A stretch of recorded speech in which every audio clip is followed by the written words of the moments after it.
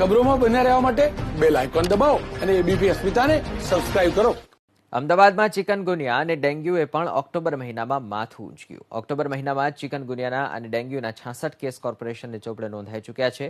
વરસાદ બંધ થયા બાદ કન્સ્ટ્રક્શન સાઇટ પર સાફ સફાઈ ન રખાતા મચ્છરના ઉપદ્રવ વધ્યા, જેના કારણે પૂર્વ, ઉત્તર અને દક્ષિણ ઝોનમાં ડેન્ગ્યુ તથા ચિકનગુનિયાના કેસમાં સતત વધારો થયો છે. આગામી સમયમાં મચ્છરજન્ય રોગ વધુ ન વકરે તે માટે સઘન કામગીરી કરવાની કોર્પોરેશનના આરોગ્ય અધિકારીએ બાંહેધરી આપી છે. છેલ્લા એકાદ મહિનામાં વેક્ટરબોર્ન ડિસીઝની સંખ્યામાં આપણે વાત કરીએ તો મલેરિયાના કેસીસ એટલે કે સાદા મલેરિયાના અને ઝેરી મલેરિયાના કેસીસમાં એક નોંધપાત્ર ઘટાડો જોવા મળેલ છે. સાથે સાથે ડેન્ગ્યુના કેસીસ પણ એટલા જ પ્રમાણમાં ઓછા રિપોર્ટ થયેલા છે. પરંતુ ચિકનગુનિયાના કેસીસનું પ્રમાણ કે જેના માટે એડિસ મોસ્કિટો જવાબદાર છે તેના પ્રમાણમાં પશ્ચિમ વિસ્તારમાં કેસીસ રિપોર્ટ થયેલા છે.